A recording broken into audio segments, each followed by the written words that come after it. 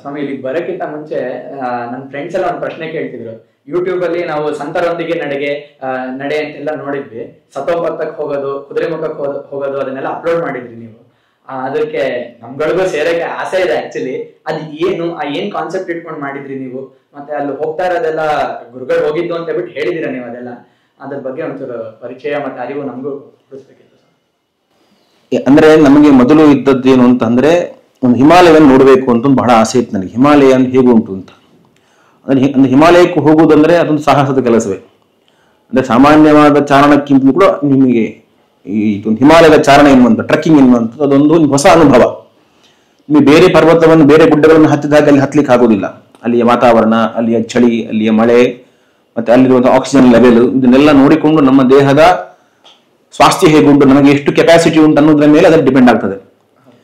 ಮತ್ತೆ ಎಲ್ಲದಕ್ಕಿಂತ ಮುಖ್ಯವಾಗಿ ಆ ಜಾಗಕ್ಕೆ ಹೋಗಲಿಕ್ಕೆ ಒಂದು ವೈಬ್ರೇಷನ್ ಬೇಕು, ನಮಗೊಂದು ಸಾಮರ್ಥ್ಯ ಬೇಕು. ಅದೊಂದು ಹಿಮಾಲಯ ಅಂದ್ರೆ ದೇವಭೂಮಿ ಅಂತ ಲೆಕ್ಕ. ಎಲ್ರಿಗೂ ಅಲ್ಲಿಗೆ ಹೋಗಬೇಕು ಅಂತ ಅಂದುಕೊಂಡವ್ರು ಎಲ್ರು ಹೋಗ್ಲಿಕ್ಕೆ ಆಗೋದಿಲ್ಲ. ಒಂದು ಹೋಗಬೇಕು ಅಂತ ನೋಡಬೇಕು ಅಂತ ಒಂದು ಇಚ್ಛೆ ಇತ್ತು ಅಷ್ಟೇ. ಅದು ಏನು ಹೇಗೆ ಅನ್ನೋ ಕಲ್ಪನೆಗಳು ಸರಿಯಾಗಿ ಇರಲಿಲ್ಲ. ಹಿಮಾಲಯಕ್ಕೆ ಒಂದ್ ಕಡೆಗೆ ಹೋಗಬೇಕು ಅಂತ, ಎಲ್ಲಿಗೆ ಹೋಗುವ ಅಂತ ಸತೋಪಂಥಿಗೆ ಹೋಗೋಣ ಅಂತ. ಅದು ಅದಕ್ಕೊಂದು ಐತಿಹಾಸಿಕ ಹಿನ್ನೆಲೆ ಉಂಟು, ಒಂದು ಇತಿಹಾಸ ಉಂಟು, ಒಂದು ಪುರಾಣದ ಉಲ್ಲೇಖಗಳು ಉಂಟು. ಪಾಂಡವರು ಸ್ವರ್ಗಾರೋಹಣ ಮಾಡಿದಂತಹ ಜಾಗ, ಆ ಒಂದು ಜಾಗದ ಮೂಲಕ ಸ್ವರ್ಗಾರೋಹಣವನ್ನು ಮಾಡಿದ್ದಾರೆ ಹೇಳುವಂತ ಉಲ್ಲೇಖ ಉಂಟು ಎಲ್ಲ ದೃಷ್ಟಿಯಿಂದ. ಅಲ್ಲಿಗೆ ಮೊದಲು ಹೋಗೋಣ ಅಂತ. ಆದ್ರೆ ಅದು ಎಷ್ಟು ಕಷ್ಟ ಉಂಟು, ಇದು ಆಗುತ್ತೋ ಇಲ್ವೋ ಯೋಚನೆಯನ್ನು ನಾವು ಯಾರು ಮಾಡಲಿಲ್ಲ.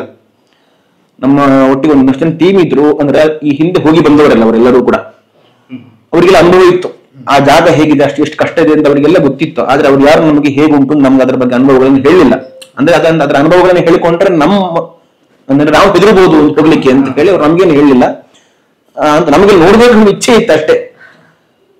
ಹಾಗಾಗಿ ನಾವು ಅಲ್ಲಿಗೆ ನಾವು ಹೋಗಿದ್ದು ಮಾತ್ರ ಒಂದು ಅದ್ಭುತ ಅನುಭವ.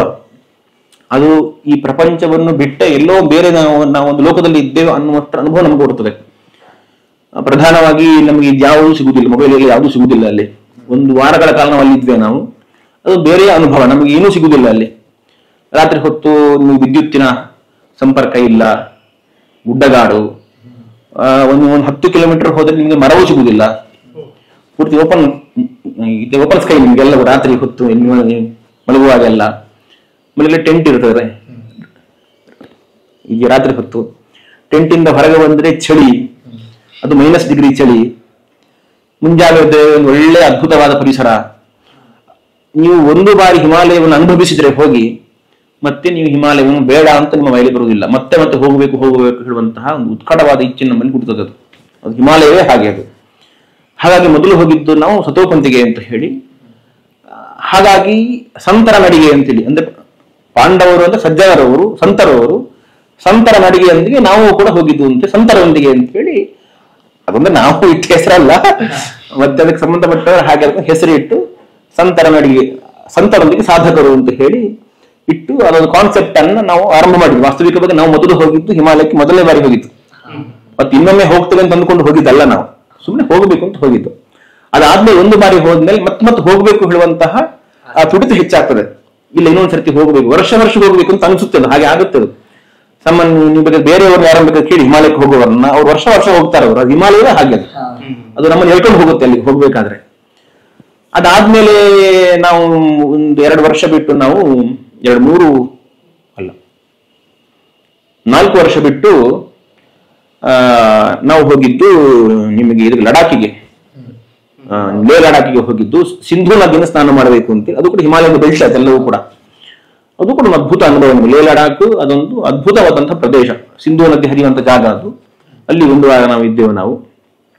ಅದಾದ್ಮೇಲೆ ನಂತರದ ವರ್ಷದಲ್ಲಿ ನಾವು ಹೋಗಿದ್ದು ನಿಮಗೆ ಗೋಮುಖ ಅಂತ ಹೇಳಿ, ಗಂಗೆ ಉದ್ಭವ ಆಗುವಂತಹ ಸ್ಥಳ ಅದು ಗೋಮುಖ ಅಂತ ಹೇಳಿ. ಅದು ಈ ಗಂಗೋತ್ರಿಯಿಂದ ಮತ್ತೊಂದು 19 ಕಿಲೋಮೀಟರ್ ಮುಂದೆ ಹೋಗ್ಬೇಕು ಮತ್ತೆ ಪುನಃ. ಅಂದ್ರೆ ಆ ಹಿಮಾಲಯದ ಶ್ರೇಣಿಗಳಿಂದಲೇನೆ, ಹಿಮ ಪರ್ವತದ ಶ್ರೇಣಿಗಳಿಂದ ಗಂಗೆ ನಿಮ್ಗೆ ಉದ್ಭವಿಸಿ ಹೊರಗೆ ಬರುವಂತ ಜಾಗ. ಅದರ ಆ ಚಾರಣದ ಅನುಭವಗಳೆಲ್ಲ ಅದ್ಭುತ. ಅದರದ್ದೇ ಪ್ರತ್ಯೇಕ ನಿಮ್ಗೆ ಎಪಿಸೋಡ್ ಮಾಡ್ಬೋದು, ಅಷ್ಟು ವಿಷಯಗಳು ಹೇಳಲಿಕ್ಕೆ. ಸಂಪೂರ್ಣ ಚಳಿ ಪ್ರದೇಶ. ಅಲ್ಲಿ ನಾವು 1 ದಿವಸ ವಾಸ ಮಾಡಿದ್ದೇವೆ ಹೋಗಿ. ಆ ಗೋಮುಖದ ಪ್ರದೇಶದಲ್ಲಿ 1 ದಿವಸ ಇದ್ದು ಬಂದಿದ್ವಿ ನಾವು. ಹಾಗೆ ಆ ಸರಣಿ ಆರಂಭ ಆಯ್ತು. ಆ ನಂತರದಲ್ಲಿ ಸಂತರೊಂದಿಗೆ ಸಾಧಕರು ಅಂತ ಹೇಳಿ ಆ ಕ್ಯಾಪ್ಷನ್ ಕೊಟ್ಟು ಒಂದು ಸೀರೀಸ್ ತರ ಆರಂಭ ಆಯ್ತು. ಇದು ಯಾವುದು ಕೂಡ ನಾವು ಅಂದ್ರೆ ಪ್ಲಾನ್ ಮಾಡ್ಕೊಂಡು ಹೋಗೋದಲ್ಲ. ನಾವು ಹೀಗೆ ಮಾಡ್ಬೇಕು ಹೀಗೆ ಹೋಗ್ತೇವೆ ಅಂತ ಶೆಡ್ಯೂಲ್ ಹಾಕೊಂಡು ಹೋಗೋದಲ್ಲ. ಅದು ಅಚಾನಕ್ ಅದಾಗಿ ಆಗ್ತಾ ಹೋಗ್ತದೆ ನಮ್ಗೆ. ಅದು ಹಿಮಾಲಯವೇ ಹಾಗೆ ಅದು ಆತರ ಮಾಡಿರ್ತದೆ ನಮ್ಮನ್ನ. ನಾವು ಅಂದ್ರೆ ಮೊದಲೇ ಪ್ಲಾನ್ ಮಾಡ್ಕೊಂಡು ಇಲ್ಲಿಗೆಲ್ಲ ಹೋಗ್ಬೇಕು ಅಂತ ಅಂದ್ಕೊಂಡ್ರೆ ಅಲ್ಲಿಗೆ ಹೋಗ್ಲಿಕ್ಕೆ ಆಗುದಿಲ್ಲ. ಅಲ್ಲಿಗೆ ಹೋದ್ಮೇಲೆ ನಮ್ಮನ್ನ ಹೇಳ್ಕೊಂಡು ಹೋಗ್ತದೆ. ವಾಸ್ತವಿಕವಾಗಿ ನಾವು ಹೋಗಿದ್ದು ಗಂಗೋತ್ರಿಗೆ ಮಾತ್ರ, ಅಂದ್ರೆ ಗೋಮುಖಕ್ಕೆ ಹೋಗ್ಬೇಕು ಅಂತ ಅಂದುಕೊಂಡು ಹೋದದ್ದು ನಾವು. ಆದ್ರೆ ನಾವು ಅಲ್ಲಿಗೆ ಹೋದ ಮೇಲೆ ನಾವು ಯಮುನೋತ್ರಿಗೆ ಹೋಗಿದ್ದೇವೆ. ಅದು ಎಕ್ಸ್ಟ್ರಾ ಸೇರಿದ್ದ ಅಲ್ಲಿ ಯಮುನೋತ್ರಿಗೆ ಹೋಗಿದ್ದು ನಾವು. ಅದು ಮೊದಲು ಅನ್ಕೊಂಡಿರ್ಲಿಲ್ಲ. ಅದು ಕೂಡ ನಮ್ಗೆ ಚೆನ್ನಾಗಾಯ್ತು. ನಮ್ಗೆ ಅದು ಕೂಡ ಒಳ್ಳೆಯ ಅನುಭವ ನಮ್ಗೆ. ವಾಸ್ತವಿಕವಾಗಿ ಯಮುನೋತ್ರಿಗೆ ಬಹಳ ಮಂದಿ ಹೋಗ್ತಾರೆ. ಚಾರ್ಧಾಮ್ ಯಾತ್ರೆಯಲ್ಲಿ ಬಹಳ ಮಂದಿ ಹೋಗ್ತಾರೆ, ಬಹಳ ಮಂದಿ ಹೋಗ್ತಾ ಇದ್ರು. ನಾವು ಅವರೊಟ್ಟಿಗೆ ಹೋಗಿದ್ದು. ದುರಂತ ಅಂದ್ರೆ ಇಲ್ಲಿ ನಿಜವಾಗ ಯಮುನೆ ಉದ್ಭವ ಆಗುವ ಜಾಗ ಎಲ್ಲಿ, ಅಲ್ಲಿ ಯಾರು ಹೋಗ್ತಾ ಇಲ್ಲ. ಎಲ್ಲೋ ಒಂದು ಹಂತದವರೆಗೆ ಹೋಗ್ತಾರೆ, ಅಲ್ಲಿ ನಿಲ್ತಾರೆ, ಅಲ್ಲೊಂದು ದೇವಸ್ಥಾನ ಉಂಟು, ಆ ದೇವಸ್ಥಾನಕ್ಕೆ ಹೋಗಿ ನಮಸ್ಕಾರ ಮಾಡ್ತಾರೆ, ಅಲ್ಲೊಂದು ಬಿಸಿನೀರ ಕುಂಡ ಉಂಟು, ಬಿಸಿನೀರ ಕುಂಡದಲ್ಲಿ ಒಂದಷ್ಟು ಸ್ನಾನ ಮಾಡ್ತಾರೆ, ಒಂದಷ್ಟು ಗಲೀಜು ಮಾಡ್ತಾರೆ, ವಾಪಸ್ ಬರ್ತಾರೆ. ಅದನ್ನು ದಾಟಿ ಮುಂದೆ ಹೋದ್ರೆ ಯಮುನಾ ನದಿ ಉದ್ಭವ ಆಗುವಂತ ಸ್ಥಳ ಉಂಟು. ಅದ್ಭುತವಾದಂತಹ ಜಾಗ. ಯಾರೂ ಹೋಗುದಿಲ್ಲ ಅಲ್ಲಿಗೆ, ಯಾರೂ ಹೋಗದೇ ಇದ್ದದ್ದೇ ಒಳ್ಳೇದು ಅಂತ ಕಾಣ್ತದೆ. ಸ್ವಚ್ಛವಾಗಿ ಉಂಟ ಪರಿಸರ. ಜನರು ಹೋಗುವಂತ ಜಾಗವನ್ನೆಲ್ಲ ಅವರಲ್ಲಿ ಗಲೀಜು ಮಾಡಿ ಹಾಕಿದ್ದಾರೆ. ಅತ್ಯಂತ ಸ್ವಚ್ಛವಾದ ಜಾಗ, ಶುಭ್ರವಾದ ನೀರು. ಆ ಯಮುನೆ ಉದ್ಭವ ಆಗುವಂತ ಸ್ಥಳದಲ್ಲಿ ನಾವು ಹೋಗಿ ಸ್ನಾನ ಮಾಡಿ ಬಂದದ್ದು. ನಾವು ಅಲ್ಲಿ ಯಮುನೋತ್ರಿ ಒಂದು ದಿವಸದಲ್ಲಿ ಹೋಗಿ ಬರ್ಬೋದು. ಅಲ್ಲಿ ಹಾಲ್ಟ್ ಮಾಡುವಂತಹ ಅವಶ್ಯಕತೆಗಳಲ್ಲಿ ಏನಿಲ್ಲ. ಅದಕ್ಕೆ ಚಾರಣಕ್ಕೆ ಅನೇಕ ಮಂದಿ ಹೋಗ್ತಾ ಇರ್ತಾರೆ ಅಲ್ಲಿಗೆಲ್ಲ. ಈ ನಿಮಗೆ ಗಂಗೋತ್ರಿ ಮಾತ್ರ ಗೋಮುಖ ಅಂತ ಏನ್ ಹೇಳ್ತೇವೆ, ಅಂದ್ರೆ ಗಂಗೆ ಉದ್ಭವ ಆಗುವ ಜಾಗ, ಅದಕ್ಕೆ ಮಾತ್ರ 3 ದಿವಸ ಬೇಕು ಹೋಗ್ಲಿಕ್ಕೆ 3 ದಿವಸ, ಬರ್ಲಿಕ್ಕೆ 2 ದಿವಸ ಅಂತ ಹೇಳಿ. ಅದೊಂದು ಜೀವನದಲ್ಲಿ ನಿಮ್ಗೆ ಒಳ್ಳೆಯ ಅನುಭವ. ಒಂದು ನಿಮಗೆ ಗೋಮುಖ ಮತ್ತು ಸತೋಪಂತ್ ಎರಡು ನಾವು ಇಷ್ಟರವರೆಗೆ ನಾವು ಮಾಡಿರುವಂತ ದೊಡ್ಡ ಚಾರಣ ಇದು. ಇದಕ್ಕಿಂತ ದೊಡ್ಡ ಚಾರಣಗಳು ಇದೆ, ಆದರೆ ಅದಕ್ಕೆ ನಾವಿನ್ನು ಹೋಗ್ಲಿಲ್ಲ ಅಷ್ಟೇ. ಅದಾದ ಮೇಲೆ ನಾವು ಏನ್ ಮಾಡಿ ಹಿಮಾಲಯವನ್ನು ನೋಡಿದ ಹಾಗೆ ನಮ್ಮ ಊರಿನ ಪರ್ವತಗಳನ್ನೆಲ್ಲ ಸುತ್ತಬೇಕು ನಾವು ಅಂತ. ಅಂದ್ರೆ ಪ್ರಕೃತಿಯ ಮಧ್ಯದಲ್ಲಿ ಇರಬೇಕು ಅಂತ ಬಹಳ ಆಸೆ ನನಗೆ. ಹಾಗೆ ಹಿಮಾಲಯ ನೋಡಿದ ಮೇಲೆ ನಮ್ಮ ಊರಿನ ಅನುಭವ ನಾವೆಲ್ಲ ಒಂದಷ್ಟನ್ನು ಮಾಡ್ಕೊಳ್ಬೇಕು ಅಂತ ಹೇಳಿ ನಮ್ಮ ಊರಿನಲ್ಲಿ ಇರುವಂತಹ ದೊಡ್ಡ ಪರ್ವತ ಅಂದ್ರೆ ಒಂದು ಕುಮಾರ ಪರ್ವತ ಮತ್ತೊಂದು ಕುದುರೆಮುಖ ಅಂತ ಹೇಳಿ 2 ಪರ್ವತಗಳು ನಮ್ಮಲ್ಲಿ ಪ್ರಧಾನವಾಗಿ 2 ಕರ್ನಾಟಕದ 2 ದೊಡ್ಡ ಪರ್ವತಗಳು, 2 ದೊಡ್ಡ ಚಾರಣ ಮಾಡುವಂತ ಪರ್ವತಗಳು. ಹಾಗಾಗಿ ಕುದುರೆಮುಖಕ್ಕೂ ಕೂಡ ಹೋಗಬೇಕು ಅಂತ ಒಂದು ಬಹಳ ಇಚ್ಛೆ ಇತ್ತು. ಅಂದ್ರೆ ಅಲ್ಲಿ ಹೋಗಿ ನಾನು ಹಾಲ್ಟ್ ಮಾಡ್ಬೇಕು. ನಾನು ಎಲ್ಲಿಗೆ ಹೋಗುದಾದ್ರೂ ಸುಮ್ಮನೆ ಅಂತ ಹೋಗಿ ನೋಡ್ಕೊಂಡು ಬರುದಿಲ್ಲ. ಅಲ್ಲಿ ಒಂದು ದಿವಸ ಇದ್ದು ಅಲ್ಲಿ ಅನುಭವವನ್ನು ಪಡ್ಕೊಂಡು ಬರ್ಬೇಕು. ನಾವು ಅಲ್ಲಿ ಎಕ್ಸ್ಪೀರಿಯನ್ಸ್ ಹೇಗಾಗ್ತದೆ ನಮ್ಗೊಂದು ಅನುಭವ ಬೇಕಲ್ಲ. ಸುಮ್ಮನೆ ಹೋದೆ ಬಂದೆ ನೋಡದೆ ಬಂದೆ ಅಂತ ಆಗಬಾರ್ದು ನಮ್ಗೆ.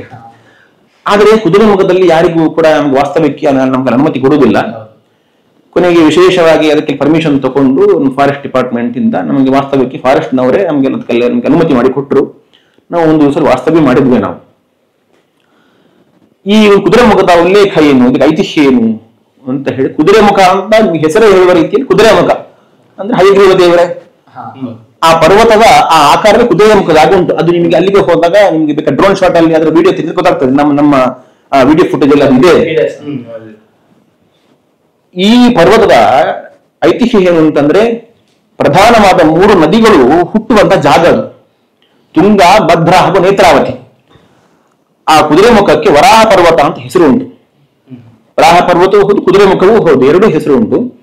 ವಾದಿರಾಜರು ತುಂಗಭದ್ರೆಯ ಬಗ್ಗೆ ಸ್ತೋತ್ರ ಮಾಡಬೇಕಾದ್ರೆ ಸರಸಭಾರತಿ ವಿಲಾಸದಲ್ಲಿ ಹೇಳ್ತಾರೆ, ವರಾಹ ವದನೋತ್ತುಂಗ ಧಮುಷ್ಟ್ರಾ ಸಮುದ್ಭವ ಅಂತ. ಆ ತುಂಗಭದ್ರ ವರಾಹ ದೇವರ ಧಮುಷ್ಟ್ರದಿಂದ ದಾಡೆಯಿಂದ ಹುಟ್ಟಿ ಬಂದವಳು ಅಂತ. ಅಂದ್ರೆ ಆ ವರಾಹ ಪರ್ವತದಲ್ಲಿ ತುಂಗಭದ್ರ ಹೇಳುವಂತ ಅವಳಿ ನದಿಗಳು ಹುಟ್ಟುವಂತ ಜಾಗ.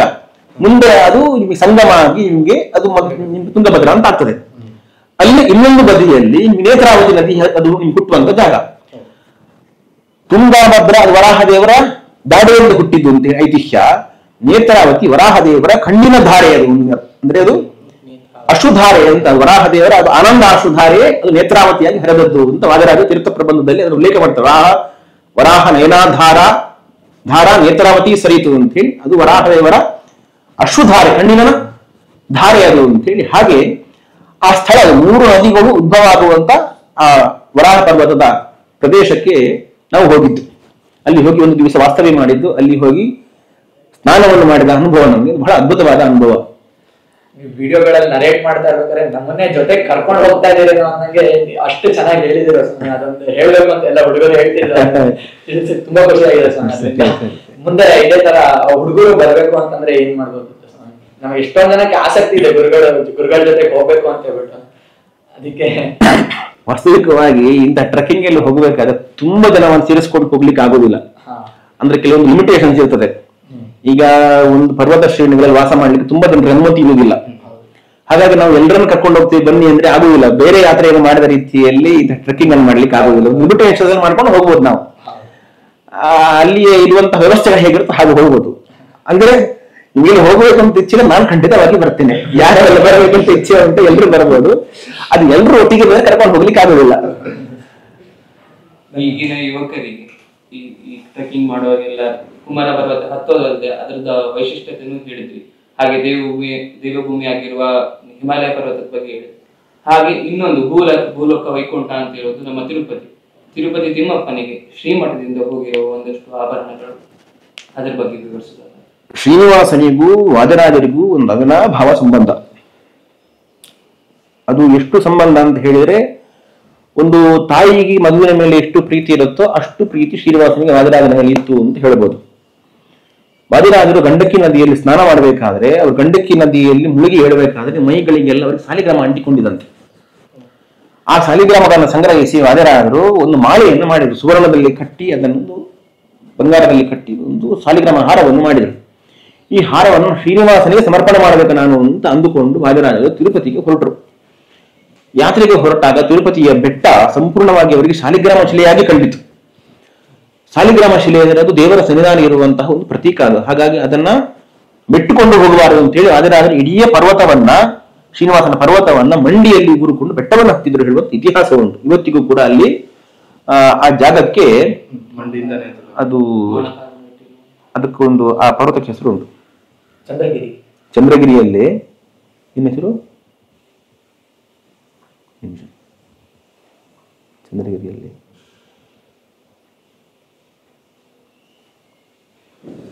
ನೆನಪಾಗುದಿಲ್ಲ ಮಾರದು ಏನೋ ಅದಕ್ಕೆ. ಆ ಚಂದ್ರಗಿರಿಯ ಮೂಲಕ ವಾದರಾಜ ಬೆಟ್ಟವನ್ನು ಹತ್ತಿದ್ದು ಅಂತ ಹೇಳಿ,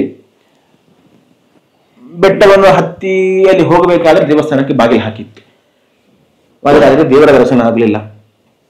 ಶ್ರೀನಿವಾಸ ಅವರಿಗೆ ವಿಮಾನದಲ್ಲಿ ದರ್ಶನ, ವಿಮಾನ ಶ್ರೀನಿವಾಸ ಅಂತೇಳಿ ಅಲ್ಲಿ ದರ್ಶನ ಕೊಟ್ಟ. ಇವತ್ತು ನಾವು ಅಲ್ಲಿ ನೋಡುವ ವಿಮಾನ ಶ್ರೀನಿವಾಸ ಅಂತ ಹೇಳುವುದು ವಾದರಾಜನ ಮೊದಲು ಶ್ರೀನಿವಾಸನ ದರ್ಶನ ಮಾಡಿದಂತ ಸ್ಥಳ ಅದು, ವಿಮಾನ ಶ್ರೀನಿವಾಸ ಅಂತ.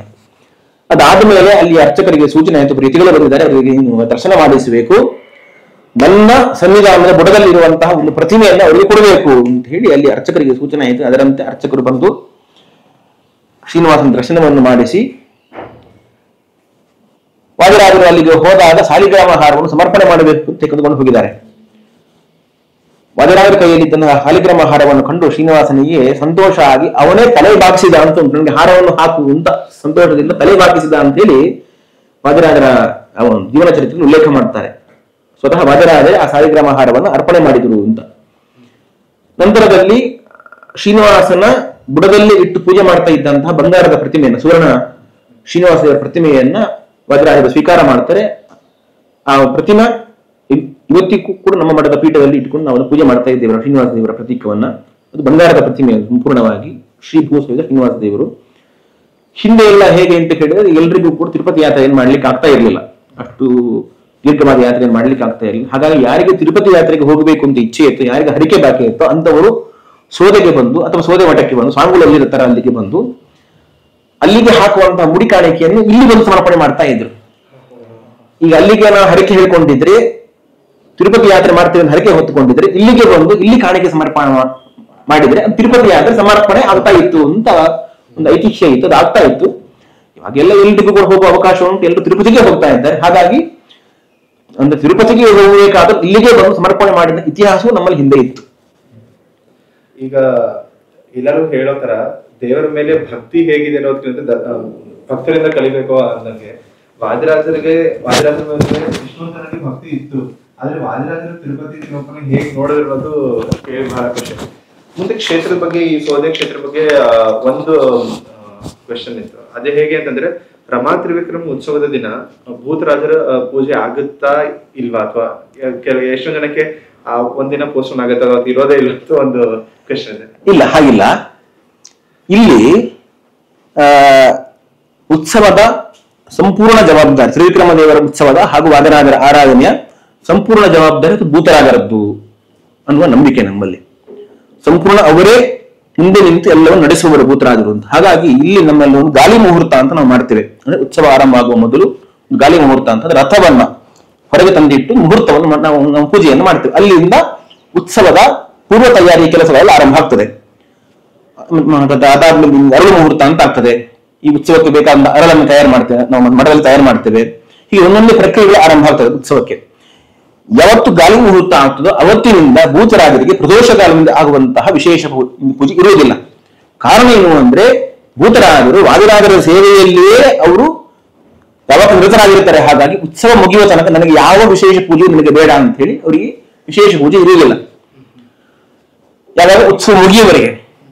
ಈ ಉತ್ಸವದ ಮಧ್ಯದಲ್ಲಿ ಭೂತರಾಜರಿಗೆ ಒಂದು ಉತ್ಸವದ ಅಂಗವಾಗಿ ವಿಶೇಷ ಬಲಿಪೂಜೆ ಆಗಬೇಕು ಅಂತೇಳಿ ಉತ್ಸವದ ಹಿಂದಿನ ದಿವಸ ಅಂದ್ರೆ ಬ್ರಹ್ಮೋತ್ಸವದ ಹಿಂದಿನ ದಿವಸ ಚತುರ್ದಶಿ ದಿವಸ ರಾತ್ರಿಯ ದಿವಸ ವಿಶೇಷ ಪೂಜೆ ಅಂದ್ರೆ ತನ್ನ ಒಡೆಯನಿಗೆ ದೊಡ್ಡ ಉತ್ಸವ ಆಗಬೇಕಾದ ಭೃತ್ಯನಿಗೆ ಒಂದು ವಿಶೇಷವಾದ ಪೂಜೆಯನ್ನ ನಾವು ಮಾಡುವಂತಹ ಒಂದು ಪದ್ಧತಿ ಉಂಟು. ಅವತ್ತು ಮಾತ್ರ 125 ಸೇರು ಅಕ್ಕಿಯಿಂದ ನೈವೇದ್ಯವನ್ನು ತಯಾರು ಮಾಡಿ ಭೂತರಾಜರಿಗೆ ಬಲಿ ಹಾಕಿ ನಾವು ಸಮರ್ಪಣೆ ಮಾಡಿ ವಿಶೇಷ ಪೂಜೆಯನ್ನು ಮಾಡ್ತೇವೆ ನಾವು.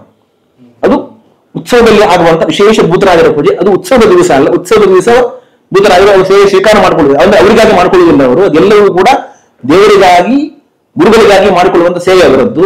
ತನಗೆ ಯಾವುದೇ ರೀತಿಯ ಸೇವೆಯನ್ನು ಸ್ವೀಕಾರ ಮಾಡುವುದಿಲ್ಲ. ಅವರೇ ನಿಂತು ಮಾಡಿಸುವುದೆಲ್ಲವನ್ನು ಕೂಡ. ಅದೇ ಉತ್ಸವದ ಅಂಗವಾಗಿ ಹಿಂದಿನ ದಿವಸ ಅವರಿಗೆ ವಿಶೇಷ ಪೂಜೆಯನ್ನು ಎಲ್ಲ ಭಕ್ತರು ಸೇರಿ ಮಾಡ್ತೇವೆ ನಾವು. ಇದಾದ ಮೇಲೆ ವಾದಿರಾಜರ ಆರಾಧನೆಯ ಮರು ದಿವಸಕ್ಕೆ ಭೂತರಾಜರ ಕ್ಷಮಾಪಣಾ ಪೂಜೆ ಅಂತ.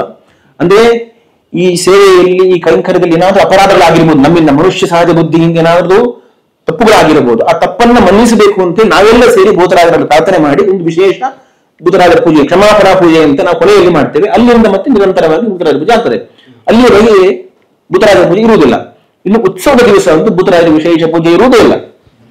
ಯಾವತ್ತು ಗಾಲಿ ಮುಹೂರ್ತ ಅಂತ ಆರಂಭ ಮಾಡ್ತೇವೆ ಅಲ್ಲಿಂದ ಆರಂಭಿಸಿ ಉತ್ಸವ ಮುಗಿಯುವ ತನಕ ಭೂತರಾಜ ವಿಶೇಷ ಪೂಜೆ ಇರುವುದಿಲ್ಲ. ಮಧ್ಯಾಹ್ನದ ಪೂಜೆ ಮಾತ್ರ. ಎಷ್ಟೊಂದರದ್ದು ಏನ್ ಕನ್ಫ್ಯೂಷನ್ಸ್ ಇದೆ ಇದಕ್ಕೆ ಒಂದಕ್ಕೆ